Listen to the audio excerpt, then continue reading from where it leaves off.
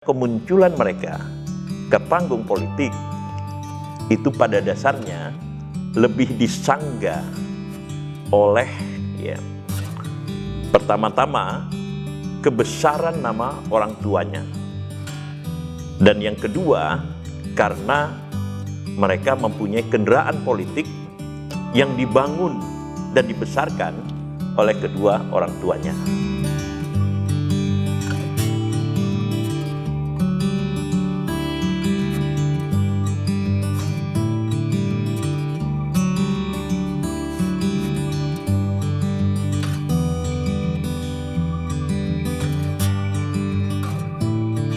Pecinta Indonesia, pecinta bangsa dan pecinta demokrasi, selamat datang di kolom Fakhri Ali, disingkat KOFI,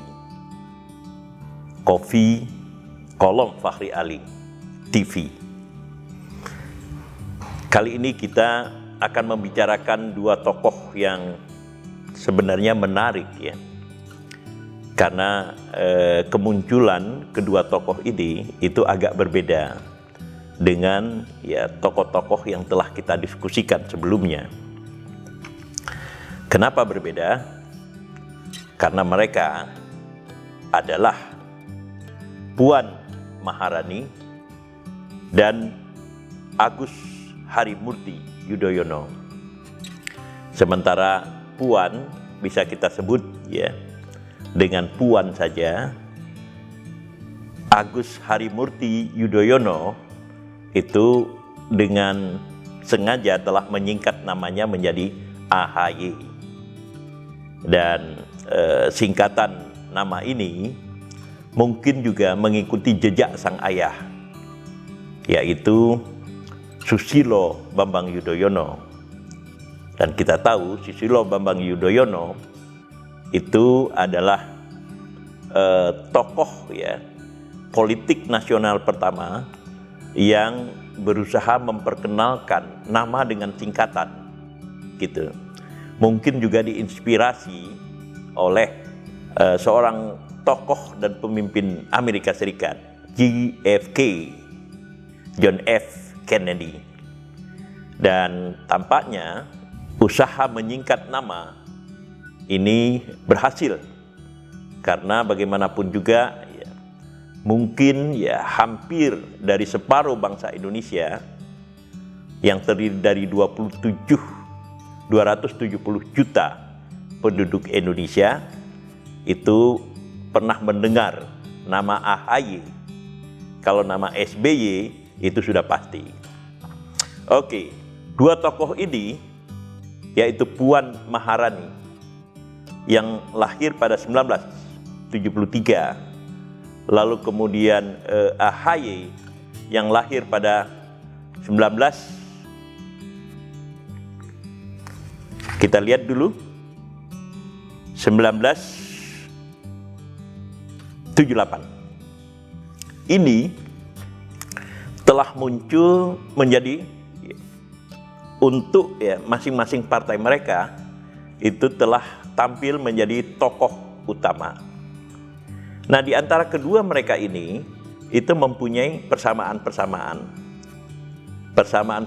yang saya maksudkan, keduanya punya kakek. Lalu kemudian kakek yang pernah memainkan peranan penting di dalam politik Indonesia. Jadi berarti di dalam sejarah politik Indonesia. Yang kedua adalah keduanya itu adalah anak presiden. Puan adalah anak Presiden Megawati Soekarno Putri, lalu kemudian AHY adalah putra dari Presiden Susilo Bambang Yudhoyono atau SBY.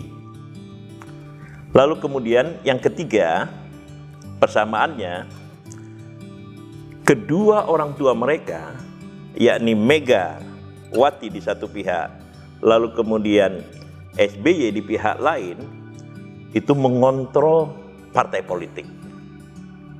Nah, jadi kalau kita lihat di dalam konteks ini, maka kemunculan mereka ke panggung politik itu pada dasarnya lebih disangga oleh pertama-tama kebesaran nama orang tuanya, dan yang kedua karena mereka mempunyai kendaraan politik yang dibangun dan dibesarkan oleh kedua orang tuanya. Nah, apakah kemudian mereka akan tampil ke depan sebagai tokoh yang mumpuni? Kita akan diskusikan selanjutnya. Tapi satu hal yang ingin saya tekankan di sini adalah bahwa kakek kedua tokoh yang kita bicarakan ini, yakni Puan Maharani dan AHY, itu adalah tokoh-tokoh walaupun tidak berjalan sejalan, telah mengukir sejarah tertentu di dalam sejarah politik Indonesia. Yang pertama, kakeknya Puan Maharani adalah Soekarno. Soekarno kita tahu adalah tokoh besar di Indonesia yang telah mengabdikan seluruh hidupnya untuk kemerdekaan Indonesia, dan juga walaupun bersifat personal ambition, berusaha membentuk sistem politik Indonesia ketika Soekarno menjadi presiden, terutama setelah 1959 melalui dekret 5 Julinya yang terkenal.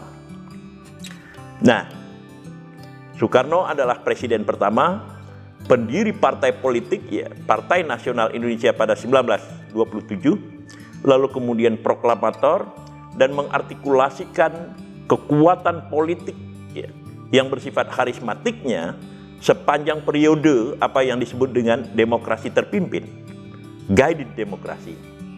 Dan dari sini kemudian lahirlah Megawati Soekarno Putri yang kelak kemudian menjadi presiden. Lalu kemudian dari Megawati Soekarno Putri menitislah Puan Maharani. Nah, kalau kita lihat garis ini, maka sebenarnya Puan Maharani itu adalah tokoh dari sebuah darah perjuangan. Hal yang sama walaupun relatif berbeda adalah pada AHY. AHY mempunyai kakek namanya Sarwo Edi Wibowo.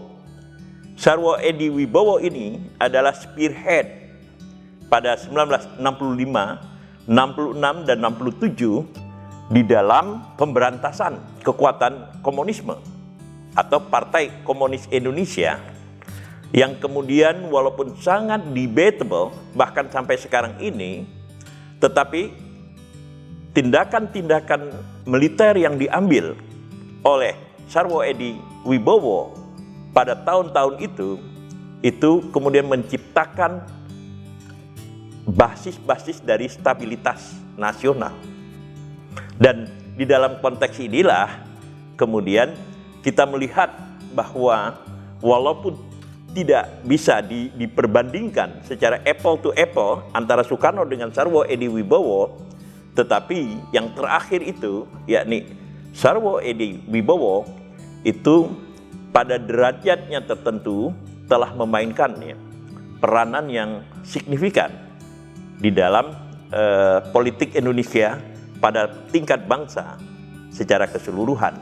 Lalu kemudian muncullah Susilo Bambang Yudhoyono yang menikahi putri dari Sarwo Edi Wibowo, dan dari perkawinan itu lahirlah kemudian AHY. Nah, di dalam konteks ini baik Puan maupun AHY itu sama-sama merupakan keturunan elit.